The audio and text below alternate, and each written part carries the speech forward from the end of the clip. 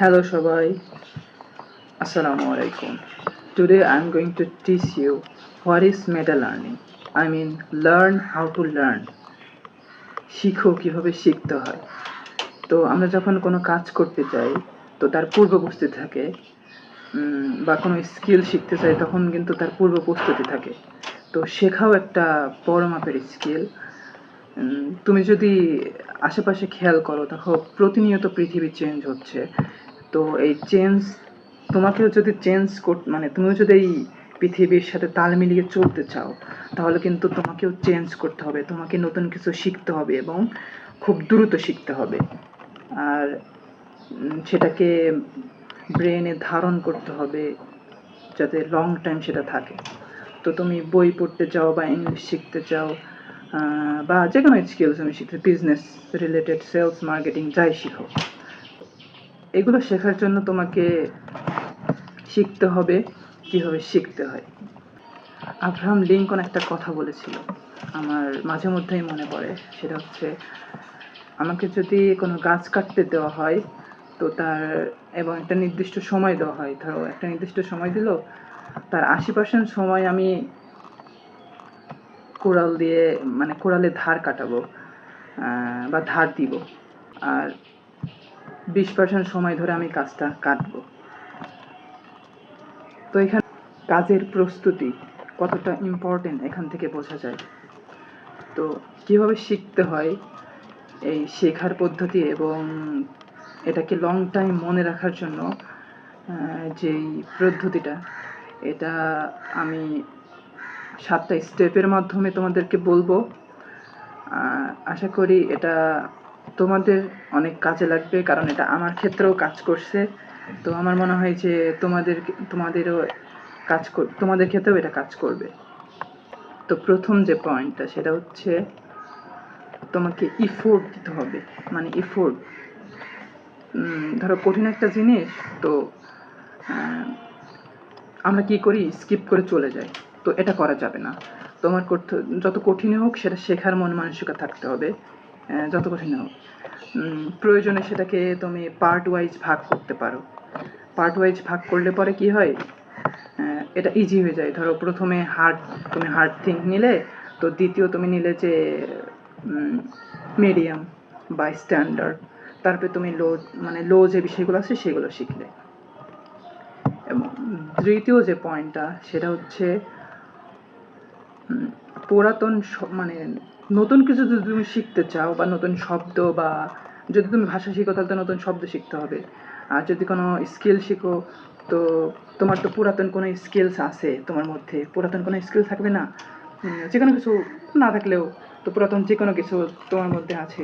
তো নতুন যেটা তুমি শিখবা সেটার সাথে পুরাতন যেটা তোমার কমন বিষয় সেটা মনে রাখা। ফর এক্সাম্পল, ধরো তুমি একটা ওয়ার্ড, ধরো একটা ইংলিশ শব্দ পিসফুল, তো পিসফুল শব্দটা ধরো তোমার কাছে অনেক নতুন লাগতে পারে, স্বাভাবিক বিষয়। তো তুমি মনে রাখতে পারো পেঁয়াজের সাথে যে পিচ, তারপরে পেঁয়াজ এবং ফুল, পিচফুল, এরকম পুরাতন শব্দের সাথে অ্যাড করে। তো যে কোনো স্কিলের ক্ষেত্রেও এমন, যে পুরাতন একটা জিনিস আছে ওইটার সাথে তুমি কানেক্ট করে এটা শিখতে পারবা। যেমন এখন এআই এর একটা ভালো রেগুলেশন যাচ্ছে, তো তুমি পুরাতন যে তোমার স্কিল আছে ওটাই তুমি এআই এর মাধ্যমে শুধু ডেভেলপ করবা, দ্যাটস ইট। তৃতীয় সেটা হচ্ছে, তুমি যেটা শিখবা সেটা অন্য কাউকে শেখানো। আই মিন 24 ঘন্টার মধ্যে অন্য কাউকে শেখানো। ধরো তুমি একটা স্কিল শিখবা বা কোনো একটা বিষয় শিখতেছো, সেটা 24 ঘন্টার মধ্যে অন্য কাউকে শেখানো। যদি অন্য কাউকে শেখানো না, মানে অন্য কাউকে তুমি যদি শেখাতে না পারো, তাহলে কি করতে পারো তুমি, যেমন আমি যদি কোনো কিছু শিখি তো আমি সেটা রেকর্ড করি বা নিজেকে বোঝাই। That's call active recall. এটা অনেক ইফেক্টিভ আমার কাছে মনে হয়। তো তুমি এটা করতে পারো। আবার তুমি অন্য কাউকে বোঝাতে পারো। 24 ঘন্টার মধ্যে এক কথাই তোমাকে বোঝাতে হবে। এখন চতুর্থ নাম্বার হচ্ছে, তুমি যদি কোনো কিছু লং টাইম মনে রাখতে চাও, তুমি সবচেয়ে ভালো উপায় হচ্ছে, তুমি যখন ঘুমাতে যাবা তখন যে বিষয়টা তুমি সারাদিন ধরে শিখলে না, ওটা 5-10 মিনিট মতো একবার মানে রিভিশন দিবা।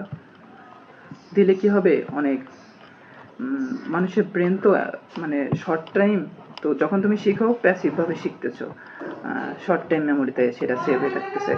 তো পরবর্তীতে যখন তুমি শিখবা, সেটা হচ্ছে যখন তুমি ঘুমানোর আগে যেটা শিখবা, তো ব্রেন এটা প্রসেস হবে এবং এটা লং টাইম মেমোরিতে সেভ হয়ে যাবে।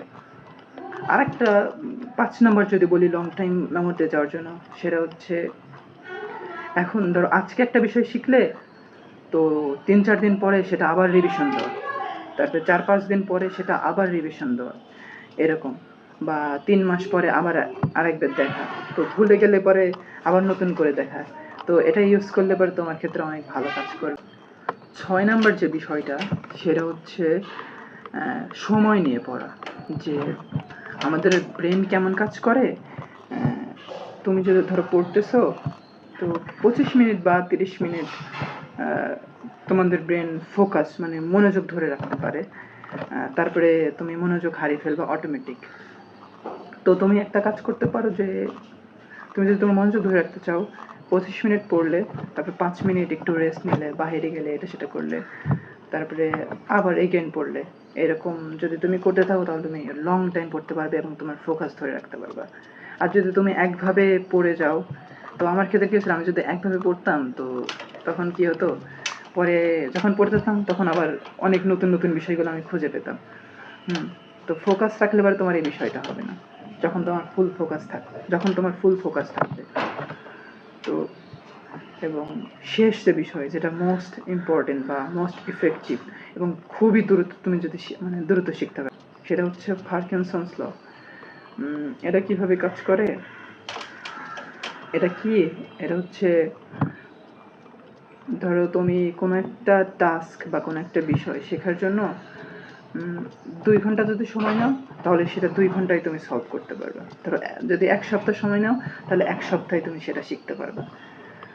তো সময়টা অনেক ম্যাটার করে। তো পার্কিনস ল অনেক ভালো এফেক্টিভ ওয়ে। তো এই 7টা টিপস যেটা তোমাকে সবচেয়ে বেশি হেল্প করবে খুবই দ্রুত শিখতে অন্যান্যদের তুলনায়। এবং পরবর্তীতে আমি একটা ভিডিও বানাবো কিভাবে এআইকে ইউজ করে তুমি স্মার্টলি আরো দ্রুত শিখতে পারবে। তো আমাকে ফলো করে রাখো অথবা সেভ করে রাখো ফর দ্য নেক্সট ভিডিও।